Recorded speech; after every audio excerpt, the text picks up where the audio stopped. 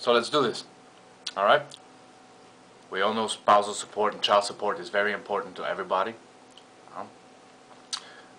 The first thing I want to say on that is the first major law on this. So no matter if it's spousal support or child support. Okay?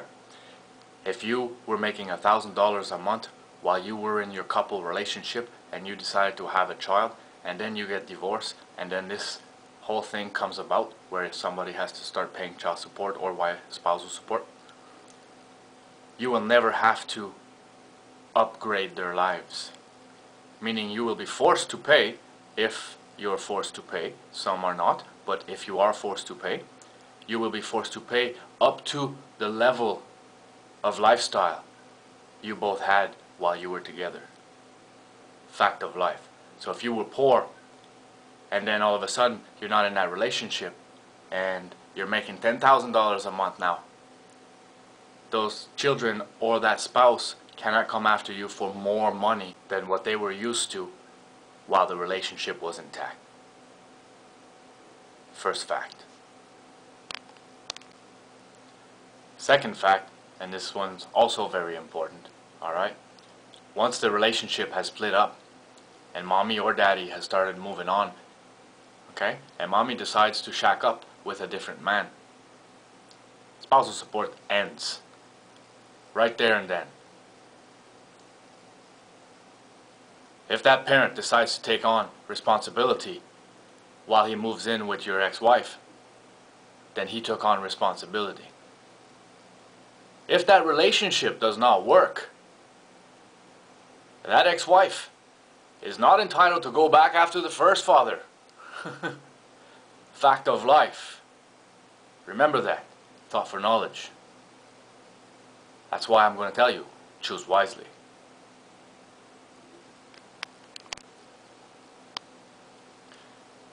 In order to be eligible for spousal support, you must have lived together and become at least common law partners for 6 months at a time. Anything less than that, you don't get to go after the money. Another fact of life. So there are two ways.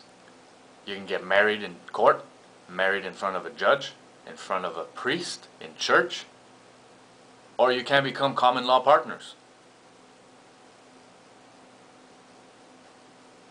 Fact of life. Once that relationship is over and you decide to move on and you shack up with someone else, you cannot return. Remember that one. It's the most important one. When it comes to children in those kinds of relationships, same rules apply. Fact of life. When it comes to a couple that don't even live together, they never have to pay spousal support. If they bear the child together, then a totally different ballgame. And this ballgame is quite complicated. One, you have to determine how was the child made. Did both partners agree to make that child? If only the mother did, then the father is not responsible.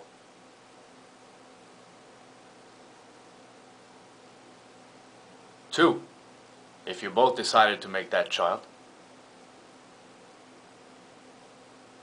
then you are entitled to something. The minute the other partner, the mother, decides to have a second child with a different father, no support. Fact of life. So in this subject, it's very difficult to advocate for the child, because 99.9% of the time, it's not the child's problem or the child's fault. It becomes a problem of the two adults. It takes two to tango. something that comes into play. If the mother has a bad reputation, let's say drinks a lot or does drugs or stuff like that, the father will never have to pay the mother directly. Fact of life. How do we know that money is going to go in the child's mouth? It's not. The mother's going to use it to drink. Fact of life. Does not make the father a deadbeat dad because of so. When it comes to the child itself, technically speaking, in this country, there should be no reason for any of them to complain. They get $500 each till they're 6 years old. That's a lot of money. Does not even take $500 to raise them. Fact of life. The mother is supposed to use that money to support the child. Now, if she wants to upgrade their lives a little, be careful with that. Because that's granted money. And it's supposed to be for food and clothes. Not so you can go out and build your house. As for the daddy part in there, if he has to end up paying child support, and if he chooses to do so, most of us do choose to do so, it's our responsibility, especially if I had in mind to make that child.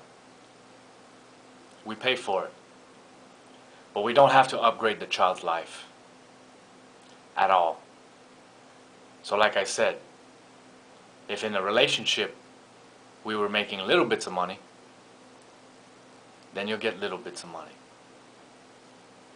If I score big time 5 years down the road, it'll be my decision to upgrade the child's life. The courts are not allowed to do so. Thought for knowledge, ladies. Fact of life. Now, I've encountered a lot of people in my life, and I know you ladies play a lot of games.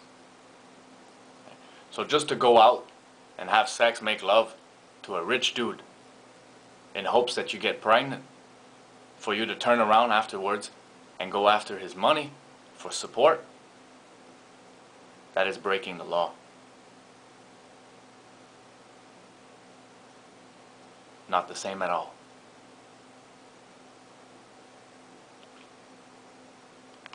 Facts. Reason for so. Never once have I heard of a child that was accidentally made. Most men use condoms to avoid the battle in court, but nonetheless, if both parents did not agree to make a child, the mother is responsible. You know when your time of the month is. Us guys don't always know that. You know when your conception time is. Us guys don't always know that. You chose to go flirt and have sex because you were not raped. A child of rape should not even be born. It will come out with mental defects. Fact of life. Psychology 101. The only place I believe in abortion is a child of rape. They become suicidal bombers.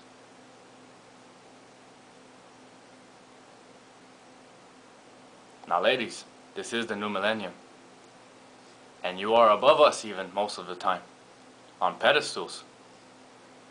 Equality.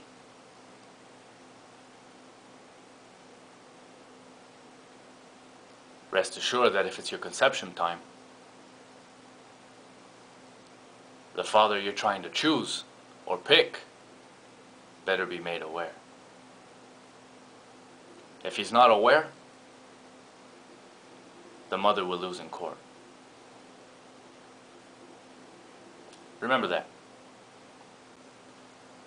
Once judgment has been made upon you, you fathers, you know you have to pay. Here in Canada, you won't go to prison. In the States, you might. But nonetheless, in the States or anywhere else on the world, they can try and garnish some of your wages. But remember everything else I've talked about. Equality is equality. If we both choose to make a child, we're both responsible to raise it and to support it. If only one chooses to make a child, and that happens quite often, there is no such thing as an accidental baby.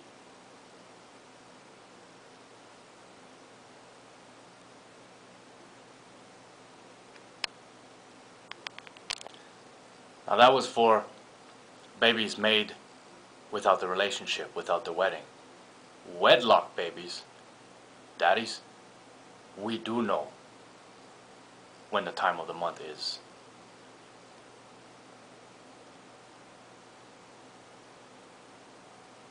Which means you can't use that in court to defend yourself. You spend 6 months in the same house as your wife. You know when her time of the month is. You know when conception time is. So the baby was made with both parties in a case like that. Fact of life. As for the rest, it's in part 2. Over and out.